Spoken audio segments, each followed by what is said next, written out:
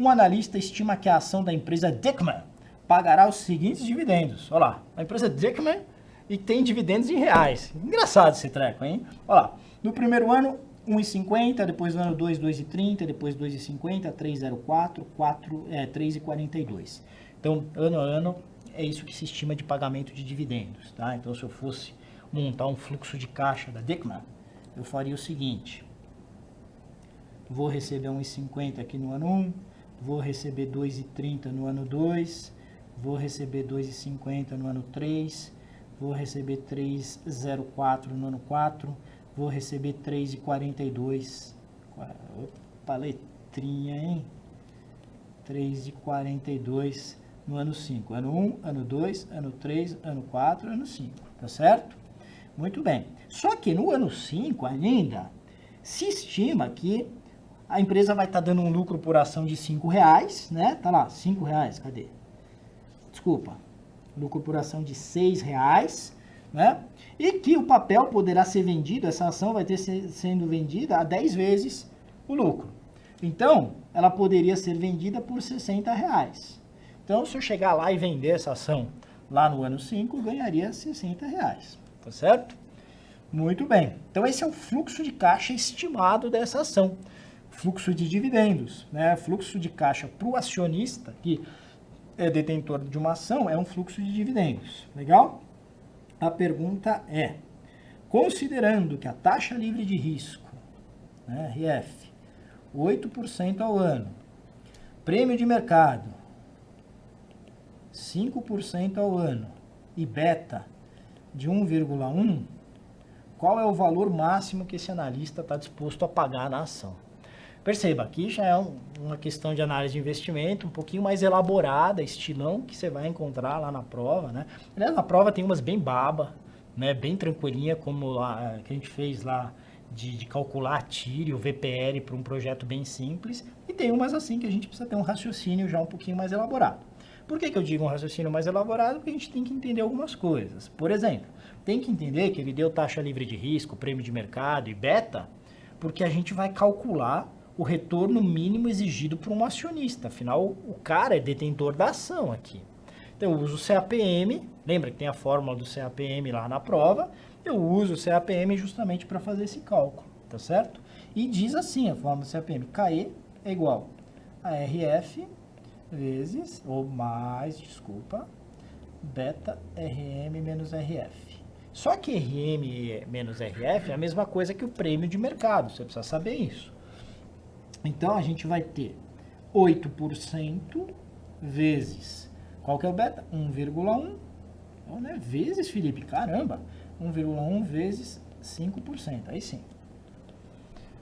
Muito bem, 8 mais 5,5 vai dar 13,5% ao ano. Então, o acionista, ele exige ganhar 13,5% ao ano. Isso é bem importante, porque agora a gente já tem a taxa também. Então, a gente tem os fluxos de caixa aqui, né? E tem a taxa de 13,5% que a gente vai utilizar. Legal? Se a gente trouxer isso tudo ao valor presente, a gente vai conseguir fazer um raciocínio de VPL. Porque, olha só, o que é VPL? VPL é o valor presente das entradas menos o valor presente das saídas. Não esquece disso, ok? Na pior das hipóteses, esse analista, né, ele deve comprar o papel se o VPL der zero. Zero ou maior que zero, zero ou positivo. Se o VPL der zero, isso quer dizer que o valor presente das entradas tem que ser igual ao valor presente das saídas. Está comigo? Isso vai ter que ser igual a isso, para esse treco aqui dar zero. É ou não é? Muito bem.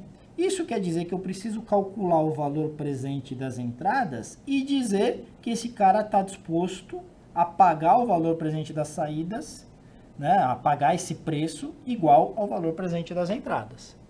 Perceberam? Ou seja, ele topa pagar esse valor presente porque ele está atingindo os 13,5% de retorno, que é a meta dele. Então, vamos pôr a mão na massa, né? Vamos lá para HP.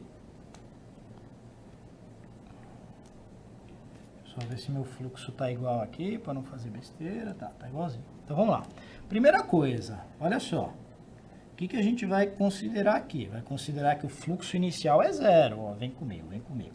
Aqui não tem nada, tá vendo? Eu quero justamente o valor presente das entradas que começam na data 1. Então, o fluxo inicial é zero. Então, eu venho aqui, coloco 0, ok? G, CF0. Aí eu coloco 1,50 G, CFJ. Aí eu coloco 2,30 G, CFJ. Aí eu coloco 2,50 G, CFJ. Aí eu coloco 3,04 G, CFJ. E aí eu coloco 3,42 G, CFJ. Beleza? Fiz tudo isso, o que eu preciso fazer agora? Colocar a taxa, né? Que é a minha taxa mínima de atratividade aí, que é o 13,5. O cara precisa ganhar pelo menos 13,5. É a minha taxa, apertei lá o I. Opa! Beleza. Aí, coloquei a taxa, eu vou chamar o VPL. Pelo jeito eu fiz algo de errado. Ah, esqueci de colocar o N, né? Não. Acho que foi um erro aqui da taxa, peraí. 13,5 é a taxa.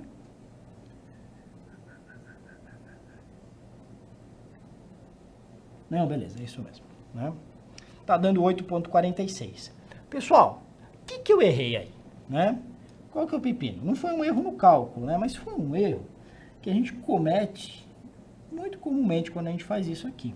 Ó, aqui na data 5 a gente pôs o 13,42, não pôs? E foi o que eu coloquei na calculadora. Mas tem o valor da venda aqui, né? Então na data 5, na verdade, eu vou ter um fluxo de caixa que é o 60 mais o 3,42. Então na data 5 eu tenho 63,42. Então isso aqui tem que ser consolidado, vai ser o 63,42. Deixa eu ver se eu presto mais atenção e faço direito agora. Vamos lá. Então a gente tem 0 G CF0, a gente tem 1,50 G CFJ, 2,30 G CFJ, 2,50 G CFJ, 3,04 G CFJ, não vai errar de novo, Felipe, 63,42, tá certo? G CFJ, beleza? Muito bem. Aí, olha só, eu vou colocar o 13,5, que é a taxa, né? E vou chamar o VPL, 40,32, tá certo? 40,32, beleza. Isso quer dizer que todos esses fluxos de caixa trazidos a valor presente, eles valem 40,32 na opinião do analista. Isso é muito importante, esse conceito é muito importante, porque se vale 40,32 e ele topa projetos com VPL igual a zero, isso quer dizer que ele está disposto a pagar 40,32. Ele vai conseguir um VPL de zero, que na verdade é uma remuneração de 13,5% ao ano, tá certo? É a taxa mínima de atratividade dele. Então a gente marca o 40,32, porque esse é o valor máximo que ele está disposto a pagar. Se ele pagar mais que 40,32, por exemplo, 41,15, o que vai acontecer? O VPL dele vai ser negativo, tá certo? E por que não é menos, né? Por que não é 36,81? Porque a pergunta é o valor máximo que ele deveria estar disposto a pagar. Beleza? Tudo bem? É uma questãozinha mais elaborada aí, né?